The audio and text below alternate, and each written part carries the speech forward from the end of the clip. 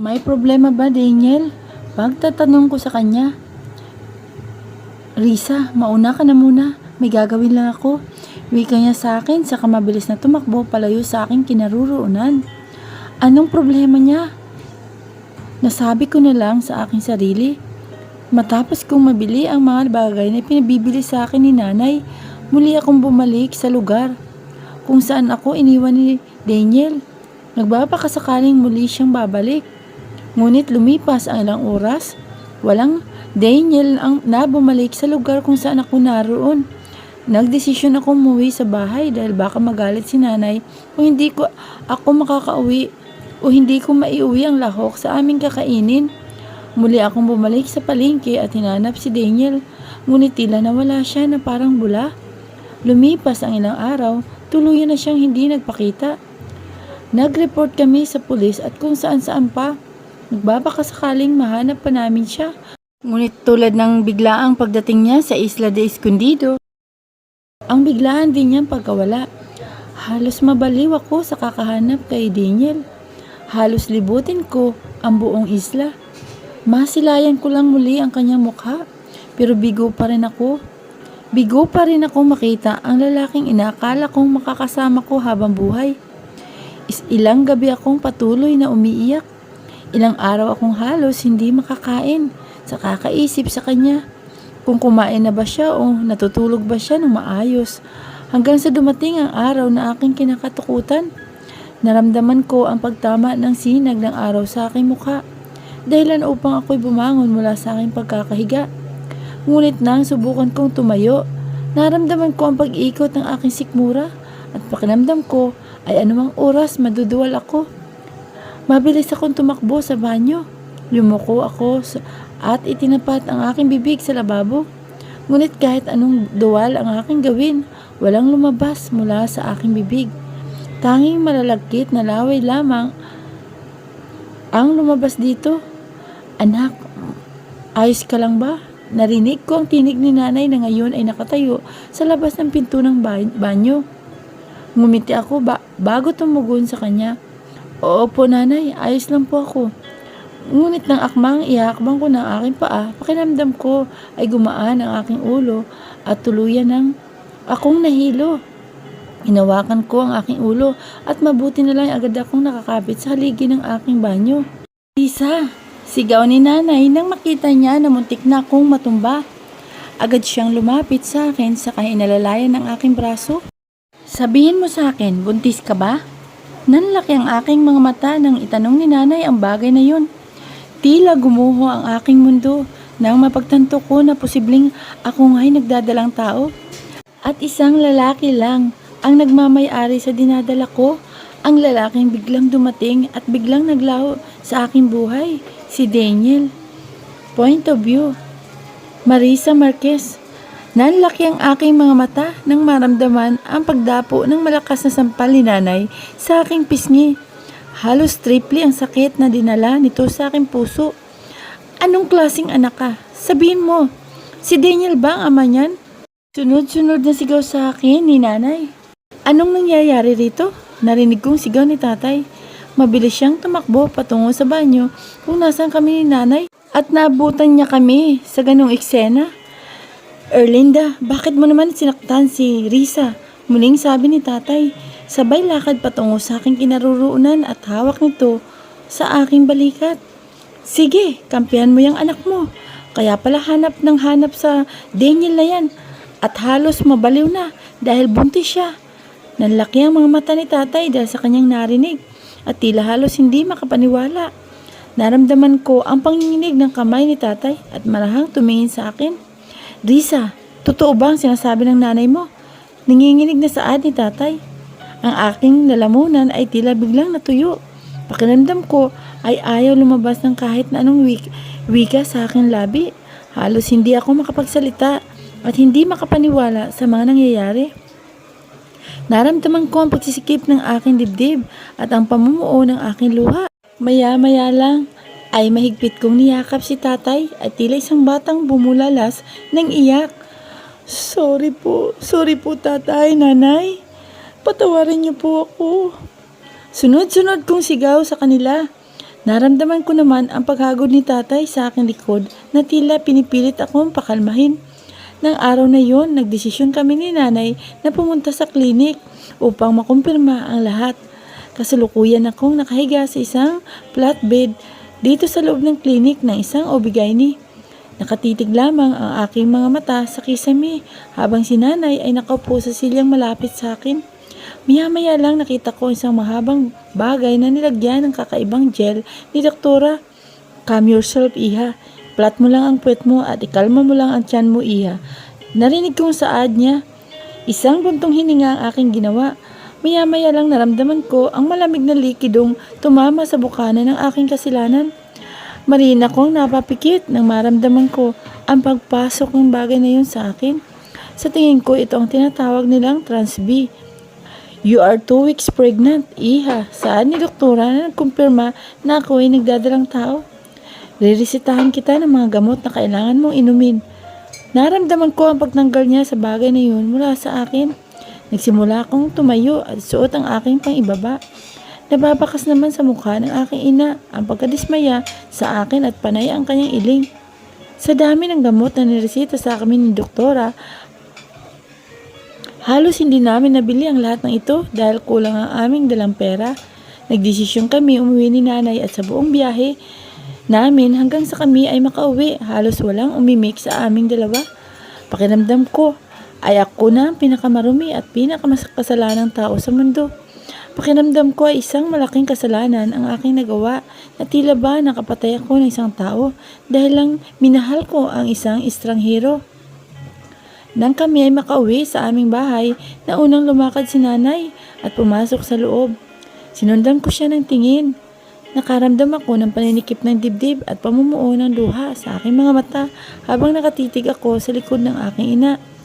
Alam kong malaki ang pagkadismaya sa akin ni nanay at alam kong galit sila sa akin. Nais ko siyang yakapin at nais kong humingi ng tawad, ngunit natatakot akong baka hindi niya ako matanggap. Nagsimula akong lumakad papasok sa aming bahay at nakita ko si tatay na sumalubong sa akin. Kumusta, Riza? Anong sabi ni doktora? Hindi ako umimik at hindi ko alam kung paano ko sabihin kay tatay. Imbis na maging masaya ako sa balita at sa pagdating ng anghel na sanggol sa aking buhay, lungkot ang bumalot sa aking puso. Bahagya akong yumuko dahil sa hiya na aking nararamdaman. Tila nalaman naman ni tatay ang sagot sa kanyang tanong. Naramdaman ko ang kamay ni tatay na hinawak niya sa aking balikat. Sa kanya ako mahigpit na niyakap. Wala na tayong magagawa dyan, Risa. Tanggapin na lang natin to. Marahan akong tumango. Saka malakas na umiyak at gumanti ng mahigpit na yakap sa bisig ng aking ama. Nang sumapit ang tanghalian, hindi muna ako pinasama ni tatay sa pamamalaot niya sa dagat. Natulog muna ako dahil pakiramdam ko ay antok na antok ang aking katawan. Sa pagmulat ng aking mga mata, nakaamoy ako ng isang masarap na pagkain na niluto ni nanay. Bumangon ako at inabutan ko siya sa kusina. Nanay, ang sarap naman po ng amoy niyan, saad ko sa kanya, kahit na alam kong hanggang ngayon ay hindi pa rin niya ako kinakausap. Wala akong narinig na pagtugon mula sa kanya. Nakaramdam ako ng kirot sa aking puso dahil pakiramdam ko hindi na ako mapapatawad ni nanay kahit kailan. Dahil dito, hinakbang ko pabalik ang aking paa at akmang aalis na. Umupo ka na muna riyan, Risa. Maluluto na ito. Kumain ka na muna. Sunod-sunod niyang saad. Muli akong napalingon sa aking ina. Nakataligod siya sa akin at abala sa kanyang ginagawa. Halo-halong emosyon ang aking nararamdaman. Kasiyahan, kalungkutan at mga bagay na hindi ko maipaliwanag.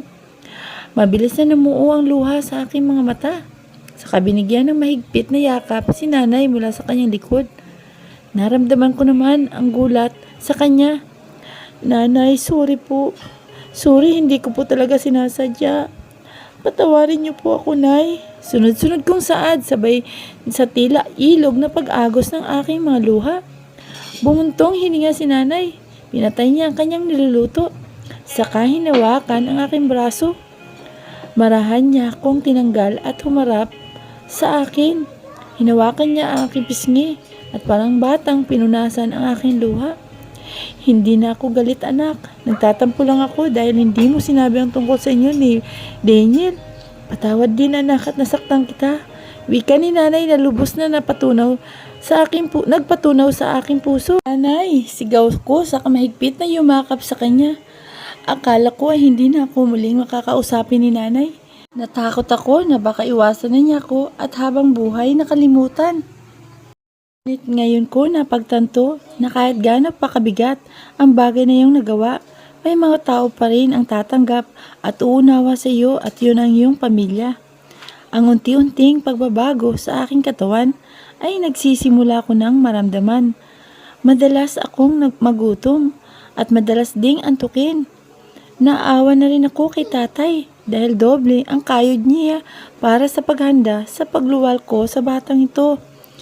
Risa, pakiabot mo nga yang walis at wawalisin ko itong dahon sa tapat, sigaw ni nanay habang siya'y nasa labas ng bahay. Opo nay, sandali lang po. Mabilis akong nagtungo sa kusina upang kunin ang walis. Hawak-hawak ko ang aking tiyan dahil nahalata na rin ang paglaki nito. Mahigit 7 buwan na rin kasi ang makalipas. Ito na po nay, saad ko sabay bigay ng walis sa aking awak. Ang laki na pala ng tiyan niya. Oo nga, malandi kasi. Nagpabuntis sa lalaki, hindi naman niya lubusang kilala. Gwapo kasi mare, ayan tuloy, nadali. Narinig ko ang usapan ng 2 babaeng hindi kalayuan sa aming kinaroroonan ni nanay. At sa tingin ko, narinig niya rin ito. Hoy, mga chismosa, wala na ba talaga kayong magawa? Kung hindi ang pag-usapan ng buhay na may buhay, mga pakialamera, sigaw ni nanay. Mabilis ko namang hinawakan ang kanyang balikat upang siya'y pakalmahin. Nay, tama na po, hayaan niyo na po sila, saad ko. Mabilis namang umalis ang mga babaeng nagkukwentuhan matapos magtapo ng mapangusgang tingin sa akin. Napapadalas na rin ang pakikipag-away ni nanay dahil sa aking pagbubuntis. Dahil na rin sa mga taong narito sa aming paligid na may mapanghusgang tingin at dila. At dahil dito, nagdesisyon si tatay na lumipat na lang kami ng tirahan sa kabilang bahagi ng Isla de Escondido. Malayo sa mga taong mapanghusga at mga taong akala mo ay kahit kailan hindi nagkamali sa buhay. Mga taong walang ginawa kung hindi pag-usapan ang buhay ng iba na lubos na ikinakasaya nila. Hindi man lang naisip ang masakit na pinagdaanan ng pamilyang pinag-uusapan nila. Ngunit ganito talaga ang realidad ng mundo. Maraming mata ang nakatingin sa iyo. Lumipas ang ilang buwan at sumapit ang kabuwanan ng aking tiyan habang ako'y nakaupo sa tabi ng bintana. Sa bago naming bahay ay nakatanaw sa mga mahinahong alo ng karagatan. Hindi ko maiwasang maalala ang nakaraan, ang dalampasigan kung saan ko nakita at nakilala ang lalaking minahal ko, si Daniel. Minahal ko siya ng sobra pero sa isang iglap, bigla na lang siyang nawala ng parang bula. Hindi ko alam at wala akong ideya kung may nagawa ba akong mali. Pero kung mayroon man, yun ay yung mahalin siya at ibigay sa kanya ang lahat-lahat. Naalala ko pa ang mga bagay na sinabi sa akin ni Daniel noon na magsasama kami at hindi niya ako iiwan. Na kahit na bumalik pa ang kanyang alaala, mananatili pa rin siya sa aking tabi. Ngunit nasaan ka na ngayon? Kailangan kita, Daniel. Nasaan ang lalaking ama ng aking anak? Marahan akong iniangat ang aking kamay. Tiningnan ko ang lumalaki kong tiyan saka ito hinaplos. Anak, patawad kung nagkamali si mami. Patawad kung pinili kong magmahal. Patawad, anak. Tila nag-uunahan ang aking mga luha nang maisip kong iniwan ako ng lalaking ama ng aking anak. Napakasakit isipin na lalaki ng walang ama ang mahal kong sanggol. Pero wala akong magagawa dahil nandito na ito. Kailangan kong maging matatag para sa anak ko. Nandito na ito. Pinili ko ng masaktan at hindi ko pinagsisisihan na mahalin si Daniel. Mariin kong pinahiran ang luha sa aking mga mata. Saka muling tinanaw ang asul na dagat. Ang isla na ito ang saksi sa aming pagmamahalan. Ang saksi sa lahat ng pangako na bigla na lang napako ng walang dahilan. Sana man lang sinabi mo sa akin kung bakit, Daniel. Sana man lang nilinaw mo ang lahat. Nang sa ganun, hindi ganun kasakit. Dito sa islang ito, sa Isla de Escondido, nagsimula ang lahat. Dito sa islang ito, nabuo ang lahat. At dito sa islang ito, natapos din ang lahat. Dahan-dahan akong tumayo mula sa pagkakaupo. Sinapo ko ang ilalim ng aking tiyan dahil nakaramdam ako ng kaunting kirot. At maya-maya pa isang mainit na tubig ang lumabas mula sa akin. Nanlaki ang aking mga mata at mabilis na tumibok ang aking puso. Unti-unting humilab ang aking tiyan hanggang sa ang sakit ay hindi ko na makayanan. Saka ako sumigaw ng malakas upang marinig ng aking mga magulang. Nay, tay, malakas kong sigaw. Agad silang napatakbo sa aking silid at natatarantang binuhat ako ni tatay. Sinugod ako sa ospital dahil ako ay manganganak na.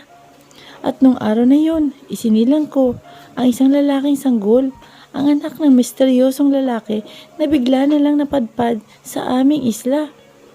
Isang bagong umaga, malakas na iyak ng bata ang nagpagising sa amin nila nanay. Agad akong bumangon at lumapit sa aking anak na si Ivan. Binuhat ko ang maliit niyang katawan, saka siya pinadede sa aking dibdib. Kahit antok na antok pa ang aking diwa, pinilit ko pa rin imulat ang aking mata para sa aking anak. Paulit-ulit ang ganitong pangyayari sa aking buhay. Kung minsan, bigla na lang akong umiiyak. Kapag nasisilayan ko ang mukha ng aking sanggol, kung minsan ay naisip kong wala akong kwentang ina at hindi ko mapaggampanan ang bagay na ito ng tama. Ngunit kung may babalik ko ang nakaraan, wala akong babaguhin. Pipiliin ko pa rin ang magmahal at ang mayakap ang sanggol na ito. Habang natutulog ang anak ko, ngayon sa aking kama, marahan akong lumuhod sa gilid nito at tinitigan ang kanyang mukha. Sumilay ang ngiti sa aking mga labi na makita ko ang payapa niyang pagtulog. Tinaas ko ang aking kamay at hinawakan ang maliit niyang kamay. Tila isang gamot ang kamay niyang iyon dahil nakaramdam ako ng kasiyahan at kumalma ang aking puso. Anak, pangako, bibigyan kita ng magandang buhay. Hindi kita pababayaan. Pabulong kong saad sa kanya upang hindi siya magising. Maran akong umangat at nilapat ang aking labi sa kanya noo. Napakasarap sa pakiramdam na makita ang isang taong magiging inspirasyon mo upang lumaban sa buhay. Tila sa paglipas ng panahon ay hindi ko namalayan. 5 taon na rin ang lumipas at patuloy kong inalagaan ang aking anak. Nasubaybayan ko ang kanyang paglaki at masayang-masaya akong makita ang bawat development niya. Nakakataba ng puso na napalaki ko siya ng maayos at malusog. Ngunit sa paglipas ng panahon, mabilis na rin tumanda ang aking mga magulang. Kung minsan ay hindi na makapamalaot si tatay dahil sa sakit ng kanyang katawan. At ang kinikita ko sa pagbibenta ng isda sa palengke ay hindi na rin sumapat sa amin. Malapit na rin mag-aral si Ivan, kaya naman kailangan na namin ng mas malaking pagkakakitaan. Oh, suki, bagong huli itong isda. At murang-mura lang, sigaw ko habang tinatawag ang mga mamimili dito sa palengke. Ngunit mukhang matumal ngayon ang benta ng isda. Risa, napalingon ako sa aking kanan nang makarinig ako ng isang tinig ng lalaki. Oh, Kenji, masayang wika ko nang muli kong makita ang aking kababatang lalaki. Parang ayos na ayos ka ha. Bili ka na ng isda. Oo, sige, pagbilan mo nga ako ng 1 kilo. Hay, salamat naman. Saad ko nang sa wakas ay makabenta rin ako. Kumusta pa lang Maynila? Maingay pa rin ba? Tanong ko. Hindi naman tumatahimik doon. Sabay tawa niya. Oo nga pala Risa, kailangan mo ba ng trabaho? May alam kasi akong ahensya sa Maynila na tumatanggap ng mga katulong. Malaki ang bigayan, baka gusto mo. Mabilis na natigilan ang aking kamay sa paglilinis ng hawak kong isda. Saka napatingin sa kanya. Totoo? Malaki ba talaga ang bigayan dyan? Oo naman, Risa. Tita ko ang may hawak sa ibang aplikante. Saad niya, kung interesado ka. Ito nilagay ni Kenji ang kanyang kamay sa kanyang bulsa at saka kinuha ang isang pitaka. Hinila niya mula rito ang isang laminated na card at inabot sa akin. Ito ang calling card ni Tita Myla. Sasabihin ko siya tungkol sa iyo.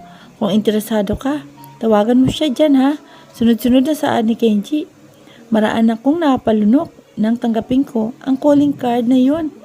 At isa pa, muli ako napatingin kay Kenji nang muli siyang nagsalita. Matagal pa ba ang isda ko, Risa? pagturo niya sa isda na hindi ko inaasikaso. Ay hala, sorry. Sorry Kenji ha, tugon ko. Narinig ko naman ang malakas niyang pagtawa dahil sa aking ginawa. Nang sa wakas ay maiabot ko na ang kanyang pinamili. Tiningnan kong muli ang calling card na ibinigay niya sa akin. May kung ano sa aking puso ang nais makipagsapalaran sa Maynila. Ngunit alam kong gagawin ko yon. Kailangan kong iwan ang aking anak at ang aking mga magulang kapag ginawa ko yun. At kapag nagdesisyon ako pumunta na Maynila, tinaas ko ang aking ulo at tumingin sa bughaw na langit. Diyos ko, bigyan niyo po ako sana ng lakas ng loob upang makapagdesisyon. At sana, ang gagawin kong desisyon ay para sa ikabubuti ng lahat. Point of view, Marisa Marquez. Nanay, tingnan mo to oh, ang ganda. Sumilay ang ngiti sa aking mga labi na mamasdan ko ang inosenteng mukha ng aking anak na si Ivan. Kasalukuyan siyang naglalaro rito sa dalampasigan habang pumupulot ng iba't ibang uri ng hugis ng kabibi. Ako naman ay nakaupo lang sa buhangin at nakatingin sa kanya. Tila nanunumbalik ang alaala ng nakaraan sa tuwing tinitingnan ko ang kanyang mukha. Ganitong ganito kasi ako nung bata pa ako. Mahilig akong mangolekta ng kabibi. Kung minsan, inuuwi ko ang mga ito. Huwag kang masyadong lumayo, Ivan. Dito ka lang sa malapit, ha? Opo, nanay. Dito lang po ako. Ang katigasan ng kanyang ulo ay parehong-pareho sa akin. Sa tuwing sasawain mo, lalo namang sisigi. Habang tinititigan ko ang masayang ngiti sa labi ng aking anak, hindi ko maiwasang maisip ang bagay na inaalok sa akin ni Kenji. Kung makipagsapalaran ako sa Maynila, kailangan kong iwan ang aking anak, pati na ang aking mga magulang. Ngunit paano ko iiwan ang batang ito? Ni minsan ay hindi sumagi sa aking isip na darating ang araw na kami ay maghiwalay. Hindi ko kailanman pinangarap na lumayo sa aking pamilya at makipagsapalaran sa Maynila. Ngunit kung may kung ano sa aking isip ang nais sumugal sa lugar na yun. Sa tingin ko, hindi nakakailanganin pa ni tatay ang pumalaot kung magkakaroon ako ng trabahong may malaking sahod doon.